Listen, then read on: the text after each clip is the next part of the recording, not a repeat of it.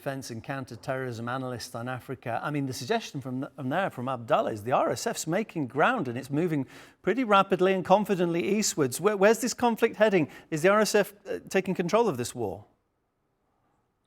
I think, from, when this conflict broke out in April 2023, we've increasingly seen both the RSF and the Sudanese armed forces, pursuing this goal of gaining more territory and perhaps, encroaching into areas that, either the Sudanese armed forces, have been or, taking, like we've seen the overtaking, the capture of El-Fasher.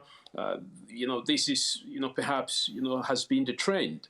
And, before we know it, the Sudanese armed forces will then, recover some of this captured territory. So it has increasingly, as, has been described, been a tit for tat, kind of, war between these two factions, but the people, are the ones suffering, as this has become clearly, as described by the United Nations and others, as the biggest displacement crisis in the world.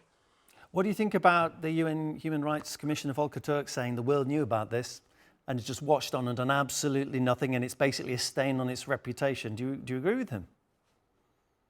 I think a lot of Sudanese who have been displaced and affected by this crisis, would want to, have some kind of, identify themselves, with that kind of a statement, But, you remember that there has been numerous engagements and ceasefires. I mean, of course, either side has described, the other. For example, engagements from the Quad, has been not sincere. They've accused countries of supplying weapons, and not being sincere in terms of interventions. We can't say that the world has been silent. There has been engagements, but I think, the biggest issue with the Sudan crisis has been that, there hasn't been any, some kind of an honest intervention, to use that word, because a lot of the mediators, have either taken one side or the other, or perhaps have not been trusted by one side or the other. So it's become some kind of, a conflict of attrition that, has left, many Sudanese displaced and many, have been killed as a result of this.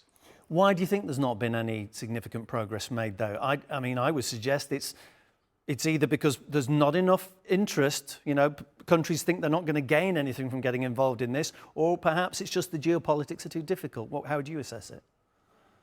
I think it's a combination of geopolitics. It's also a combination of, it's also, one of the reasons has also been that both the leaders of the Sudanese armed forces and the rapid support forces, have been unable to agree in terms of what a negotiated peace settlement would look like.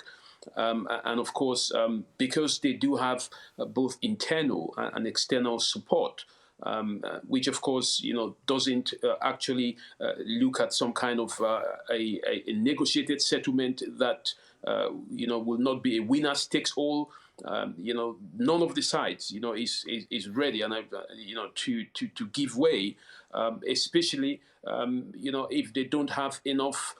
Maybe territory or enough, strategic or critical infrastructure in hand. And this is why since this war broke out, we've seen both sides, struggling to take more territory just to use it as a bargaining tool during any potential negotiations. But, I think the biggest, difficulty and challenge in this conflict has been that most of the mediators, have either been taking sides or not been trusted by one of the factions. David, great to get your analysis. Thanks for coming on TRT World. David Otto is my guest. He's a defence and counter-terrorism analyst on Africa.